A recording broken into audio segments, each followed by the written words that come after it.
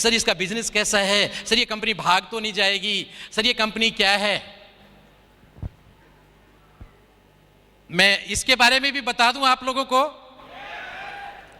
Crime branch में था, मैं स्टाफ ऑफिसर था मिस्टर रंजीत नारायण का, स्पेशल सीपी क्राइम थे वो, स्पेशल सीपी क्राइम थे। बाद में उनकी भी बताऊंगा मैं कहानी।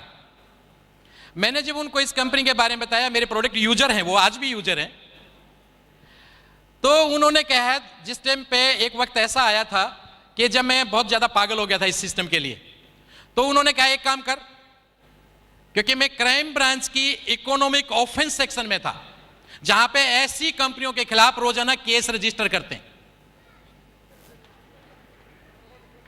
Economic offence section Qutub hotel में है, कभी जाने का मौका लगे तो वहां पे भी देखेंगे, मेरा नाम भी वहां पे लिखा होगा। वहां पे मैं ऐसी कंपनियों के, मानसून सेशन में एक विधेयक आया था कि ऐसी कंपनियां जो लोगों का पैसा लेके लूट के भाग जाती हैं, ये सारी की सारी फेक कंपनियां होती है, सारी नेटवर्किंग कंपनियां, उस टाइम पे बहुत बड़ा वो प्रॉब्लम चला था, इनको सबको बंद किया जाए, इनके खिलाफ सर्विलेंस हो, इनके सारे के सारे ए से लेके जेड टोटल पेपर्स को चेक किया जाए। और 297 कंपनियां उस टाइम बंद हुई थी, 297 कंपनियां बंद हुई थी। आज भी वो फाइल अभी भी चल रही है, बहुत सारी कंपनियां आगे बंद होनी है। इस कंपनी को भी हमने जांचा था,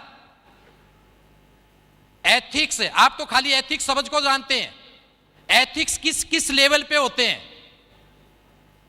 आप लोगों को तो सिर्फ इतना बताया जाता है भाई कि एथिकल कंपनी है।